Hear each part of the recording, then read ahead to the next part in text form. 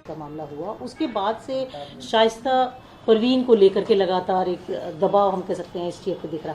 आप किस तरीके से देखते हैं खासकर गुड्डी मुस्लिम और शाइस्ता परवीन को लेकर? ये दोनों 24 फरवरी की घटना में वांछित हैं। गुड्डू मुस्लिम तो शूटर ही था और इसको आपके चैनल्स ने पूरे देश को सीसीटीवी फुटेजेस के माध्यम से दिखाया।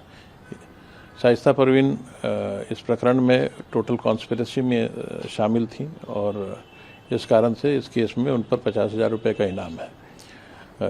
एसटीएफ और जिला पुलिस लगातार इनकी तलाश कर रही हैं और हमें उम्मीद है कि जल्द ही इन्हें गिरफ्तारी करने में सफलता प्राप्त होगी। कितना चैलेंज बने हुए हैं दोनों, क्योंकि आप लोग लगातार कोशिश कर रहे हैं, क्या आपको लग रहा है कुछ इनपुट मिल रहे हैं, क्या ये ठिकाना बदल रहे हैं, जगह बदल रहे हैं, किस तरीके का आपको लग रहा है, कितना बड़ा चैलेंज है एसटीएफ के लिए दोनों अभी तक बने हुए? ये जो बड़े माफिया गैंग्स हैं इनके पास फायर पावर, रिसोर्सेज और ओवरग्राउंड और अंडरग्राउंड सपोर्टर्स की कोई कमी नहीं होती। ऐसे बहुत सारे लोग हैं जिनसे इनका लेन देन होता है, जिनके साथ इनका व्यापारिक संबंध होता है अथवा इनके पूरे नेटवर्क में शामिल होते हैं और इस प्रकार के लोग पूरे देश में और संभवतः विदेशों में भी फैले हुए हैं। तो इस प्रकार के गैंग से जो एसोसिएटेड लोग होते हैं उन्हें पुलिस से कैसे फरार होना है या पुलिस की गिरफ्त से कैसे बचना है, इसके बारे में जानकारी काफ़ी प्राप्त हो गई होती है और यही कारण होता है कि ये पुलिस के लिए गिरफ्तारी में सरदर्द होते हैं। लेकिन एसटीएफ लगातार इनको ट्रैक करने की कोशिश कर रही है।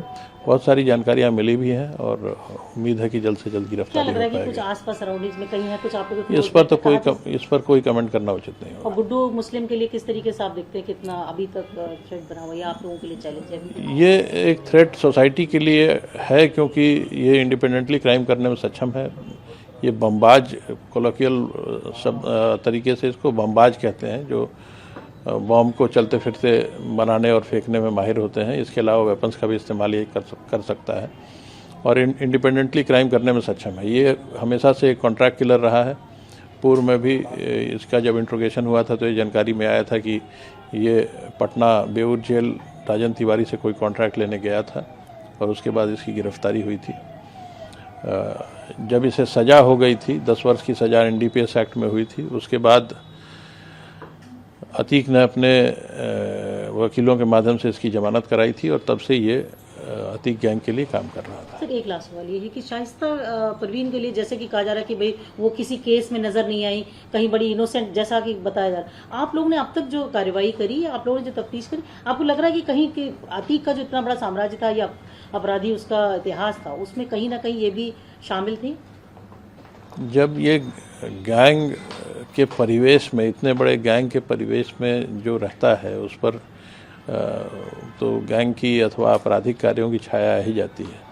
और शाइस्ता जिस तरह से इस पूरे कॉन्स्पिरेसी में शामिल रही हैं, जो इन्वेस्टिगेशन में जो बातें आई हैं, उससे तो बिल्कुल क्लियर है कि ये गैंग के कार्यों में शामिल रही हैं। इस केस में तो और भी बहुत सारी बातें प्रकाश में आई हैं। यहाँ तक कि